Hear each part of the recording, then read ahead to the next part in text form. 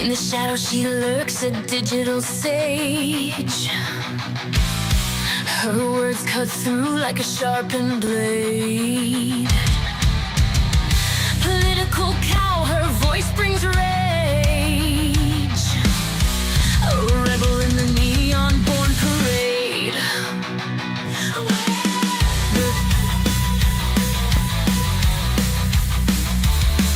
With a keyboard she wields her might, piercing lies with truth so light. Drifting through the endless night, exposing wrongs to make them right. Political cow calling out deceit through the screens where fake news meet. She saves us from the twisted tale. Her knowledge fights where logic fails.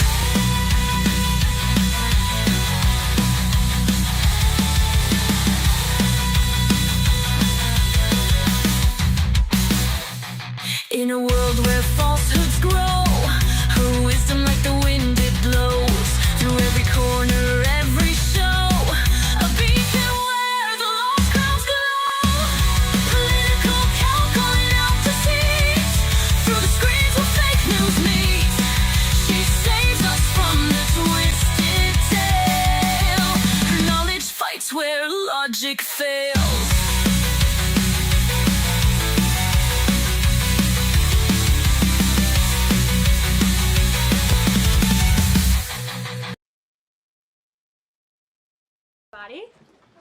Good afternoon. How are we?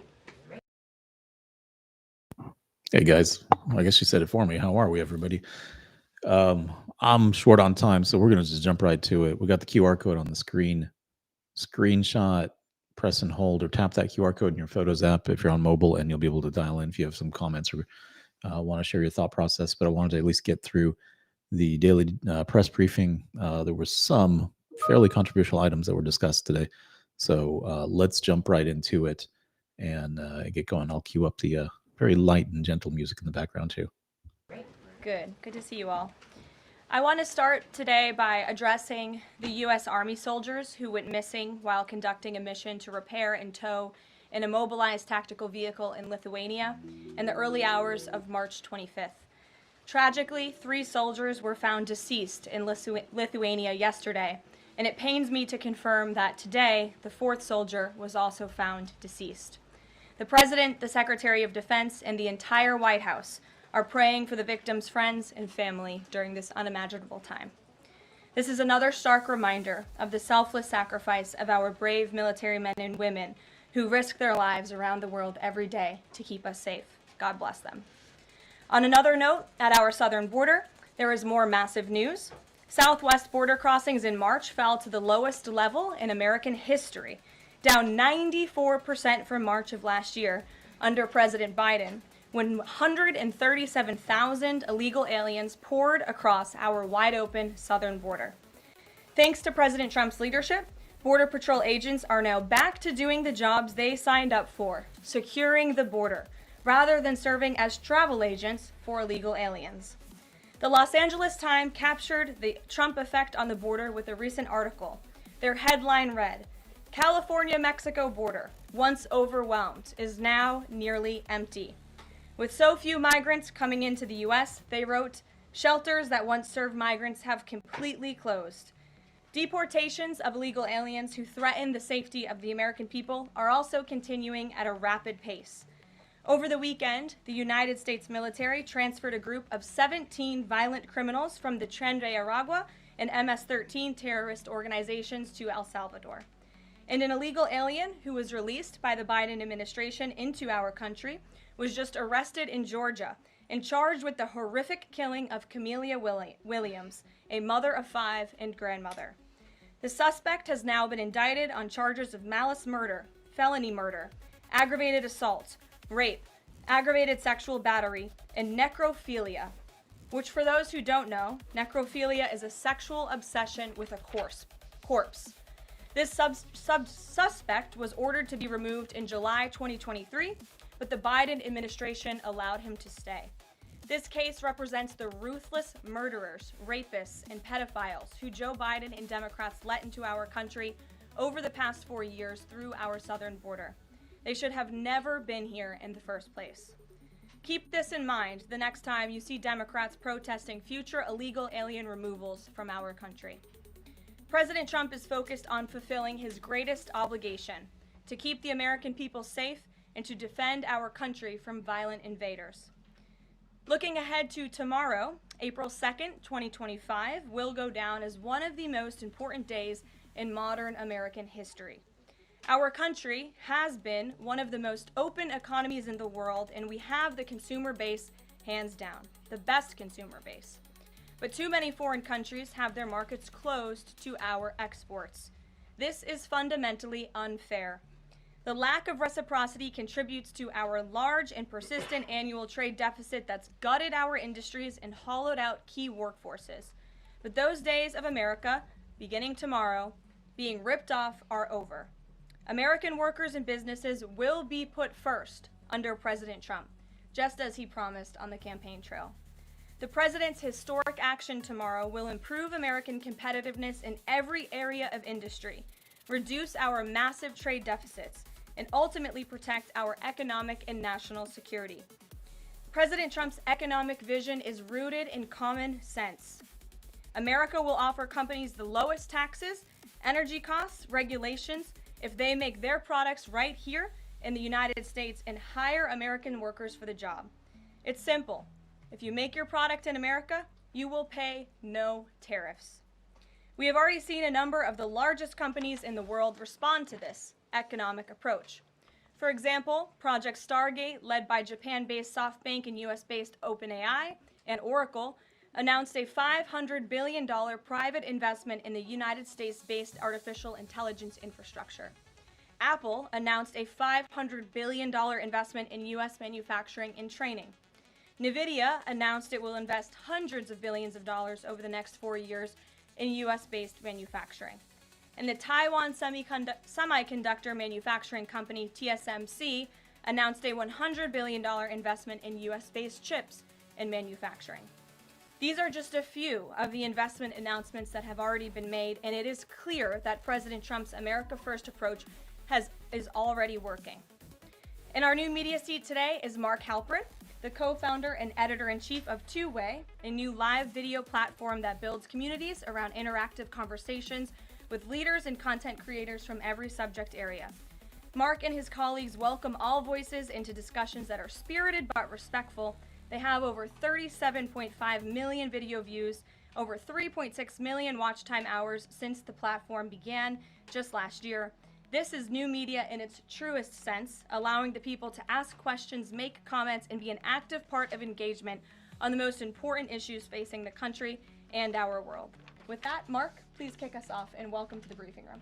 Caroline, appreciate it. I'll ask you a question about tariffs and then one from one members of our community about education. It's perceived by some that companies or countries, if they change their policies either before tomorrow or after tomorrow, can have the president alter what he's planning for that country or that sector. Is that a possibility? And if so, what factors the president consider in making those changes? Well, the ultimate change for these companies and these countries, Mark, will happen when they decide to do business in the United States of America. And as I just laid out, they will face no tariffs at all if these companies choose to invest here in the United States and to move their production and their manufacturing here to the United States as well. As for tomorrow, the president will be addressing the decades of unfair trade practices that have ripped our country off and American workers off. It has hollowed out our middle class. It has destroyed our heartland, and the president is focused on reshifting our global economy to ensure that America is once again the manufacturing superpower of the world. So if they do something today or later in the week that's a pledge for future activity, would that be good enough potentially to alter the policy? Again, the president has been looking at the very unfair trade practices of the past. Certainly, the president is always up to take a phone call, always up for a good negotiation, but he is very much focused on fixing.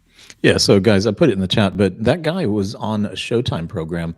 I think it was called The Circus, where they followed the political outfall during the election cycle, and he was a very big Hillary supporter. So interesting, they brought him in. They're not holding political affiliation against anybody here. Of the past and showing that American workers have a fair shake. So if someone calls after tomorrow and says, hey, I'm ready to make a change, he'd be open to that. The president is always open to taking calls. Okay. A question from one of our community members, Katie Reeves, is a school teacher in Wisconsin. She's taught K through 8 in public, independent, private, and private schools. And here's what she wanted me to ask you. She says, I see the elimination of the Department of Education as an excellent first step in the improvement of our school system. Do you see any further role the federal government can take beyond this, possibly in promoting the expansion of voucher programs or reducing the influence that teachers' unions hold over our schools? Well, first of all, I want to thank Katie for her service to our country and our nation's children. Being a teacher is the most noble profession that we believe one can have. And the president said in his remarks when he signed the executive order to dismantle the Department of Education that he loves our teachers. And in part, this order is to empower our teachers to have greater decision making in the classroom. Nobody knows our nation's children and our students better than our teachers who are with them every single day. As for the federal government's role, to get to the heart of Katie's question, the president has made it clear to Linda McMahon that we need to find other places within our federal government for critical programs regarding education.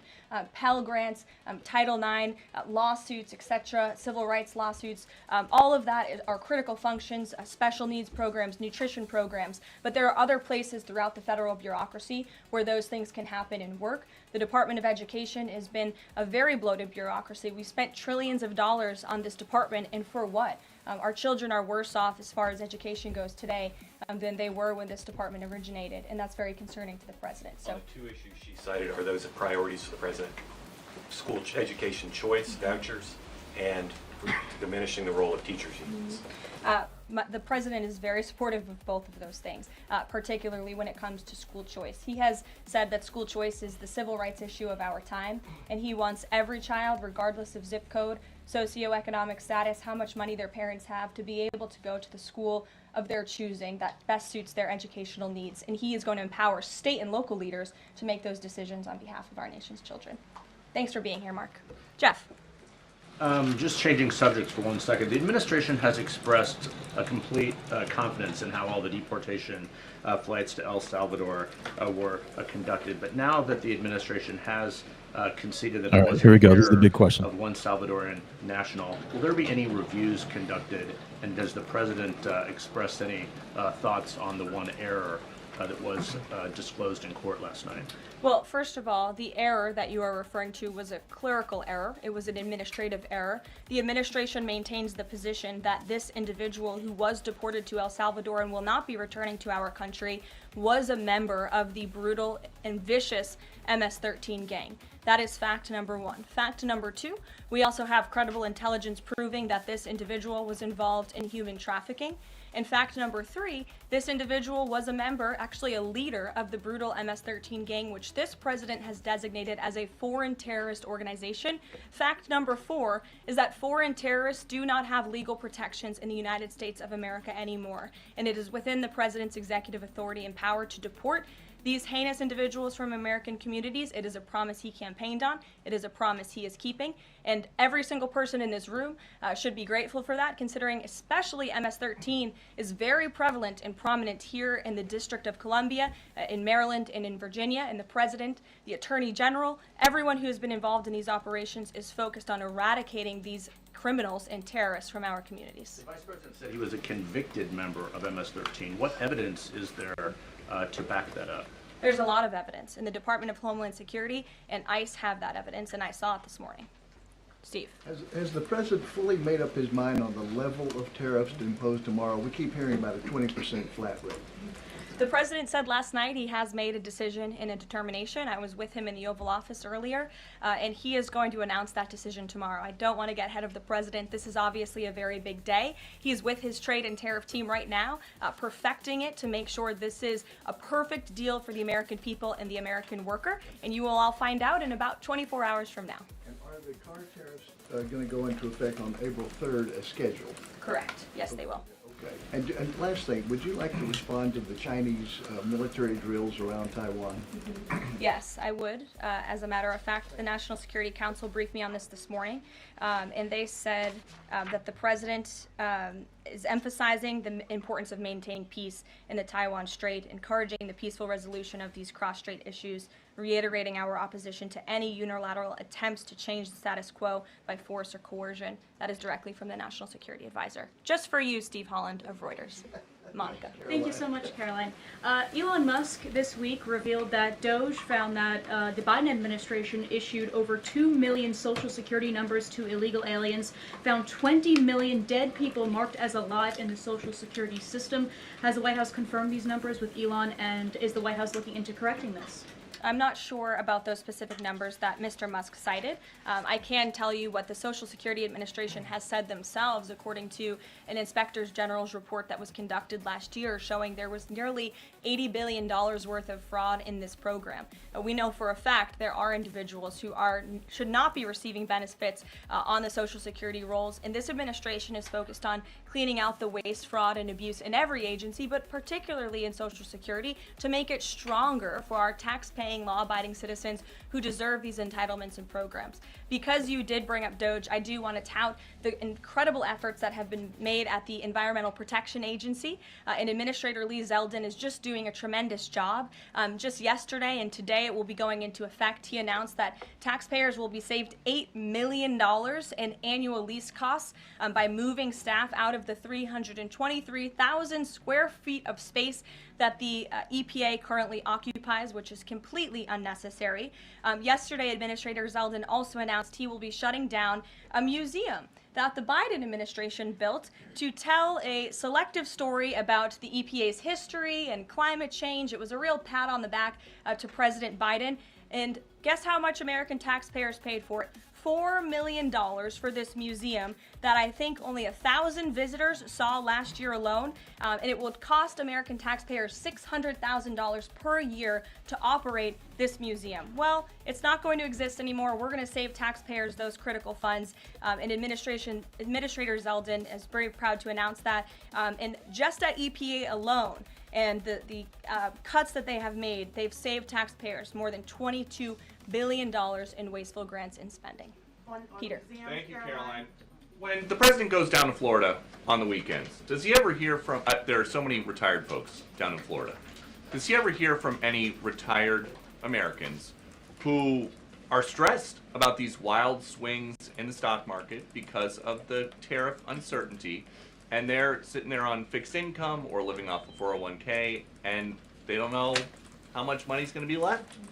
Well, certainly they are legitimate concerns, and the president takes those concerns very seriously, and he's addressing them every single day. And tomorrow's announcement is to protect future generations of the senior citizens you mentioned. It's for their kids and their grandkids to ensure that there are jobs here in the United States of America for their children to live the American dream, just like they presumably did. And as for their worries about their 401ks, their Social Security, I just addressed Social Security. This president is always going to protect it for our tax-paying senior citizens. As for their 401ks, look at what President Trump did for you in his first term. He is working on implementing that economic formula every single day by lowering inflation, lowering energy prices, massive deregulatory efforts, while simultaneously effectively implementing tariffs. And they'll hear more about that announcement tomorrow. And you said that the president right now is with the trade and tariff team. They are very confident that this is all going to work. But what if they're wrong? They're not going to be wrong. It is going to work. And the president has a brilliant team of advisors who have been studying these issues for decades, and we are focused on restoring the golden age of America and making America a manufacturing superpower. And again, Peter, I would point you to the investments that have already trickled into this country. And the president hasn't even made his tariff announcement yet tomorrow. There have been billions of dollars in private investments from around the world pouring into American communities. What does that look like for those watching at home, for the people you mentioned worried about their own economic circumstances? It means more jobs in your communities, which means more money, more investments, more money in your pocket. That's what the president is committed to. And I would be remiss if I didn't mention the president's commitment to tax cuts, which we are counting on Congress to do, especially on Social Security. And one more. Sure. Are the special elections today a referendum on the president?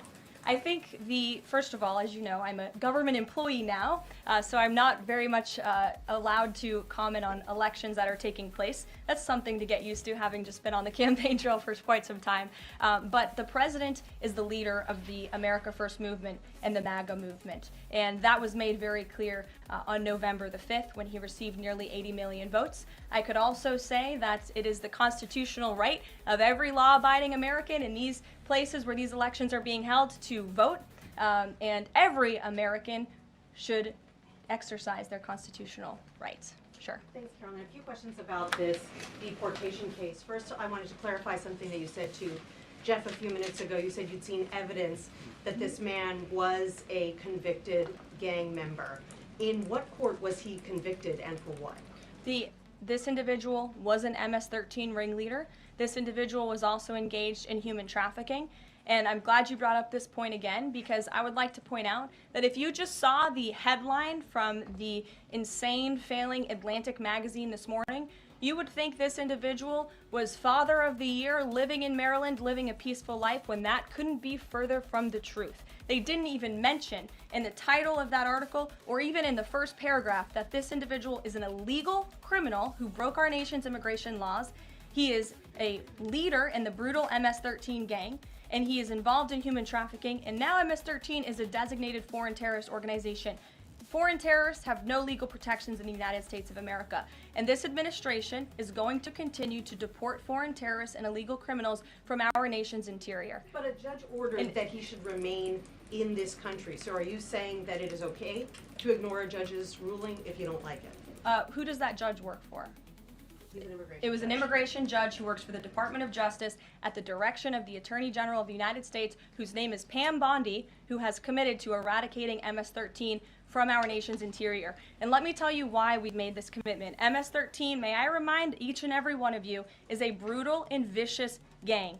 They raped and strangled a 20-year-old autistic woman to death in Maryland. They hacked 4 people to death with machetes in a park on Long Island.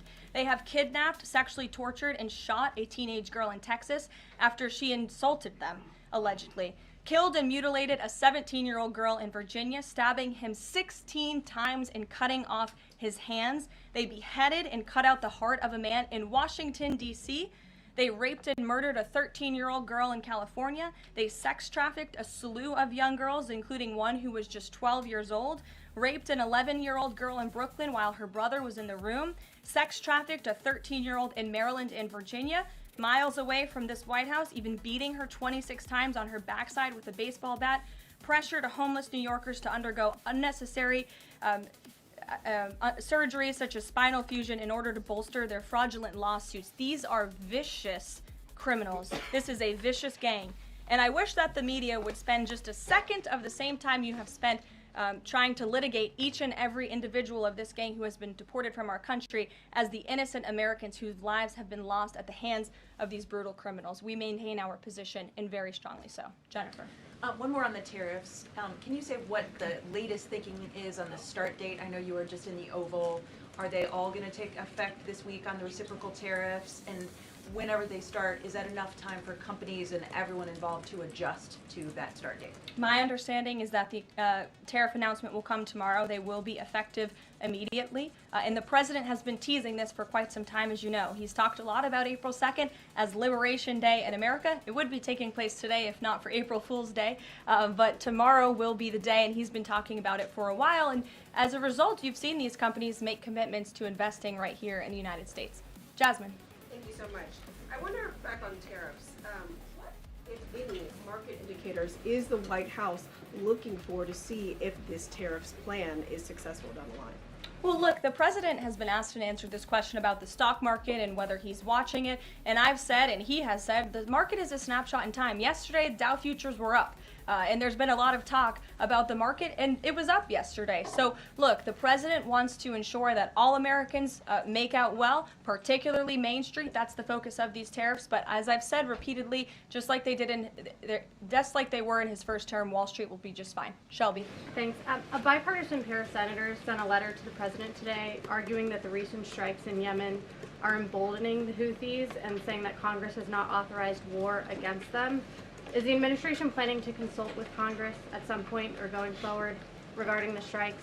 and any response on the letter? Well, I would absolutely reject Congress's claims. Who made those claims in Congress? Senator Jeff Merkley and Rand Paul.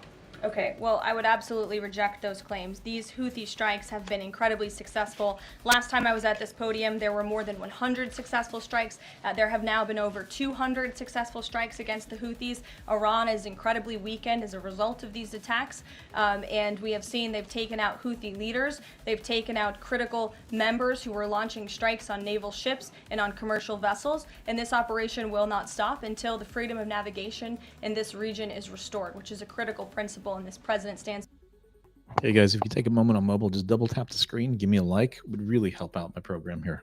I appreciate it, guys. Behind our Defense Department, who's doing a tremendous job. Are they going to, is the White House going to confer with Congress going forward on this? I would have to ask our team here at the White House, but the president is well within his authority, as is the Secretary of Defense. Again, these are defensive strikes. The Houthis have been launching attacks on U.S. naval vessels and commercial ships for quite some time. Go ahead.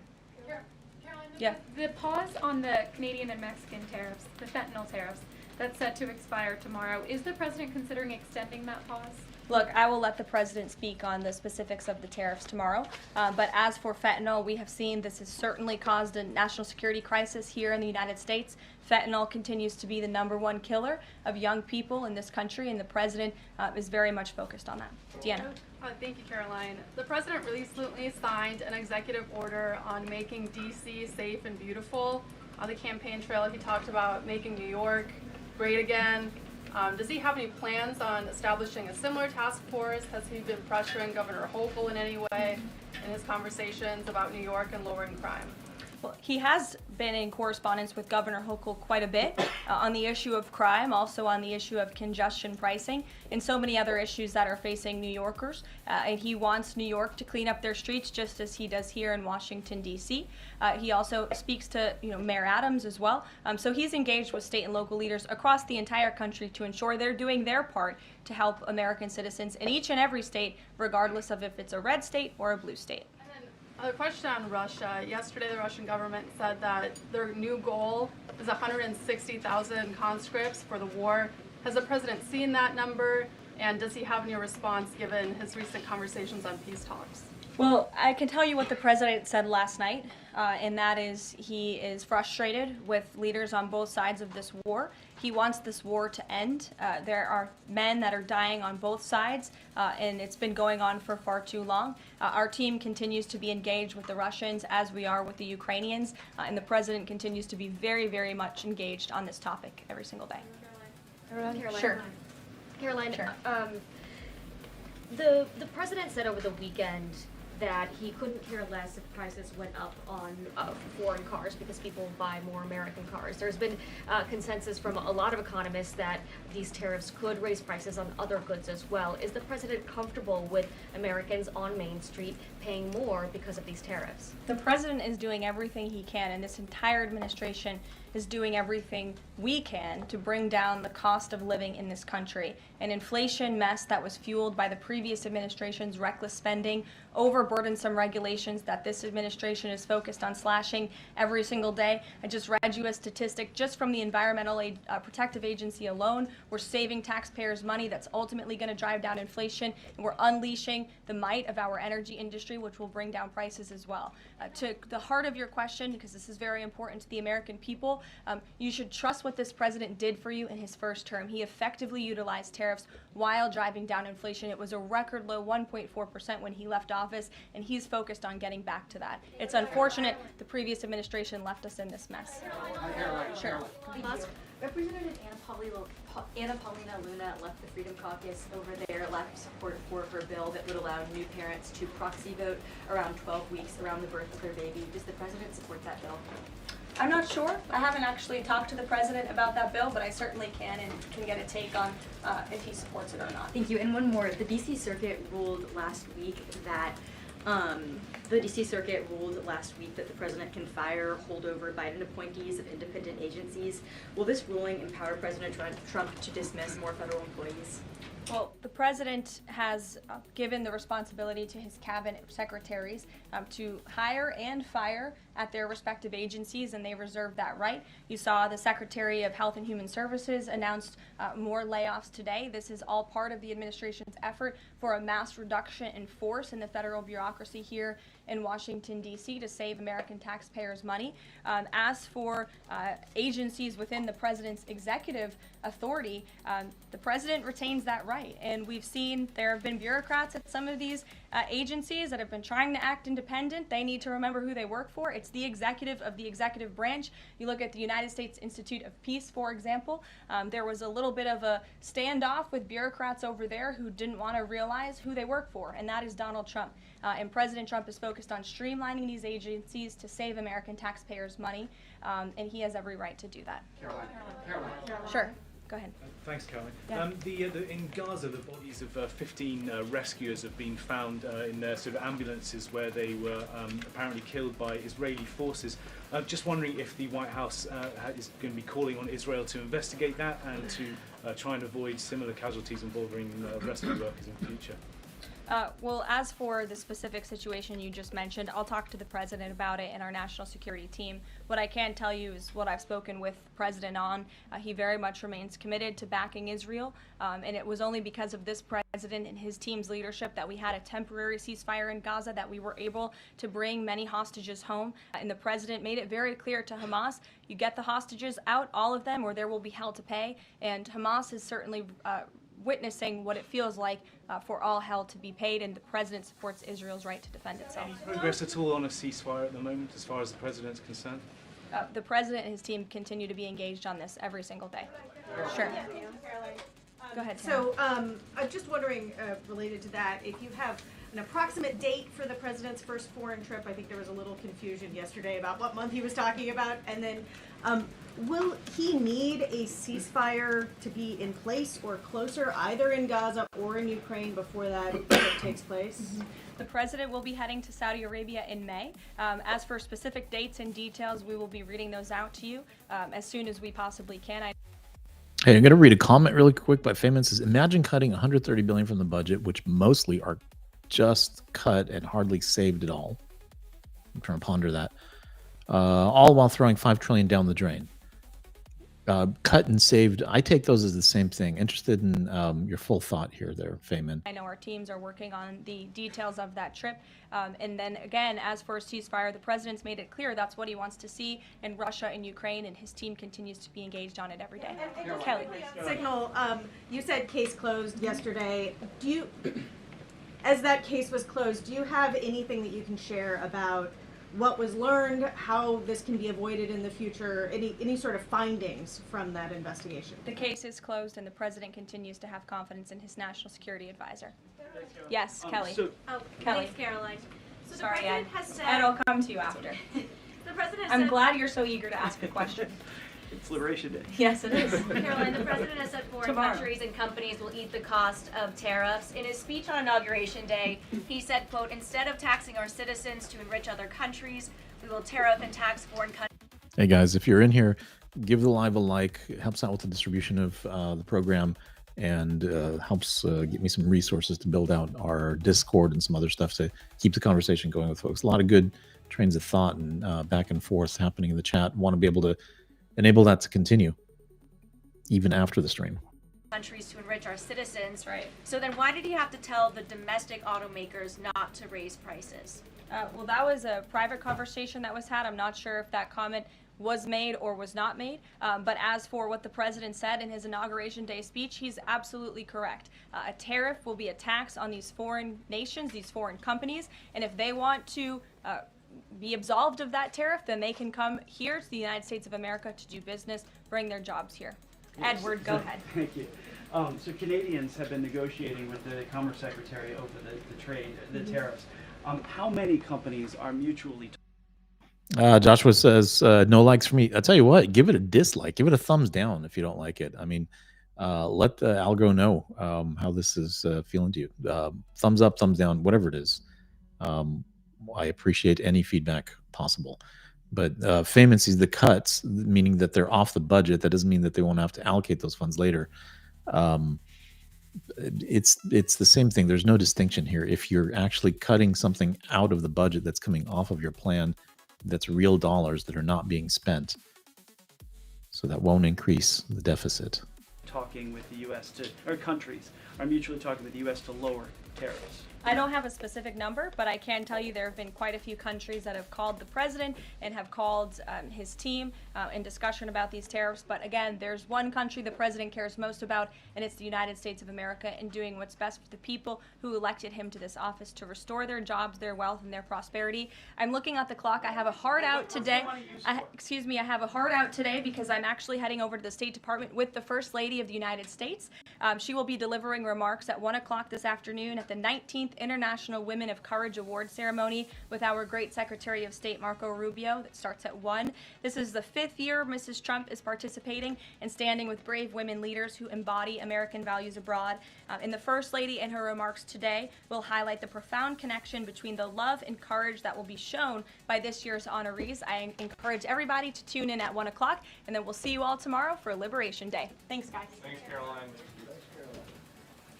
All right, that wraps up the remarks. It was a quick one today, but we did get a couple of interesting things out of it. Let me see if I can share my other screen here real quick. The one big story, boom, is that popping up? There we go. Very nice. Very nice. Came out really good.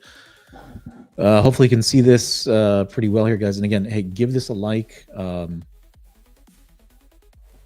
First live in this format, I guess on the mobile format and so forth. There's been a lot of discussion about somebody being sent to El Salvador that did not need to be there. What is this spinning here? Oh, okay, sorry. And ICE admits administrative error after Maryland man deported to El Salvador prison despite protected legal status. Check out Ground News, guys. I got a link there's a pin chat with a link to 40% off their Vantage plan. This is what I like about it, because it's like, what? I hear this happening. And then she just said in the press briefing, that's not the case. The person was a member of, the MS-13 gang. He was deported properly. It's like, what the heck is going on here, right? So it gives you, like, this is what left-leaning publications are saying. This is what the center ones are saying. This is what the right ones are saying. And it gives you a bias comparison, right? So coverage of the Salvadoran nationals' deportation is sharply diverged, with the left-leaning outlets framing it as a horrific assault on an innocent individual, emphasizing ICE's administrative errors, right? Deliberate downplaying, look at this, deliberate downplaying of the situation and highlighting the notorious Secot prison as a torture dungeon, right? They underscored the wife's shock. Right-leaning sources minimize the error, spotlighting the individuals, and it says alleged because, until it's done in a court of law, so forth, you cannot say it as a firm fact, right? Alleged gang affiliation, and the assertion and concern, of deporting gang members, Vance is saying, is gross when citizens are victimized, right? As Caroline said, she has seen the data and the evidence pointing to this individual being a gang member. I just want to see a picture. Do they have the face tats? Do they have all the other markings? Because, I mean, that gang's pretty hardcore, right? Anyway, this is what's interesting. It's like both sides are just picking pieces that matter to them. It seems like there was evidence here pointing to this person, being a gang member, and then were deported. Were they of some protected status that was granted under the Biden administration? To be seen, but the circumventing of that status, is that what's at question here? Can you do that if you have evidence and so forth? It's difficult because those gangs have been designated as foreign terrorist organizations, and under, as Caroline was pointing out, under laws that have been passed recently, that does not, they're not afforded with the same due process in that case once those designations are applied. So anyway, center coverage says administrative error and purported gang membership. So they're acknowledging both pieces of it there. So anyway, check out Ground News. It's in the description of the live stream. Click through on the link for that. Then the pin chat, 40% off through our community link if you use that to get through there. Otherwise, I don't think they're running any promotions right now. But it goes on to show you all the different publications out there. So this was the big story out there that everybody's jumping on. I'm sure Matto will be doing jumping jacks a little bit later in the day. Joshua. The delusion, let me put this up. The delusion in your explanation is straight ignorant. They were accused of being a gang member by a confidential informant, and then it was proven to be false. And yet we have Caroline here that says that she's seen the data that demonstrates it being true. And you see publications here, center-leaning coverage, acknowledging the administrative error and purported gang membership. Not saying that there's evidence contrary or that there's something questionable about it, but that there is evidence. But again, unless something goes to court and a jury rules on it, it's always alleged, it's always purported. They have to use that language, especially with the liability that Fox News and MSNBC and CNN have had to pay out hundreds of millions. So they have to use that language. But another thing to jump on. All right, I got to run, guys. I appreciate it. Thanks a lot. Tune in later. We'll take a look at the next State Department briefing that happened today as well.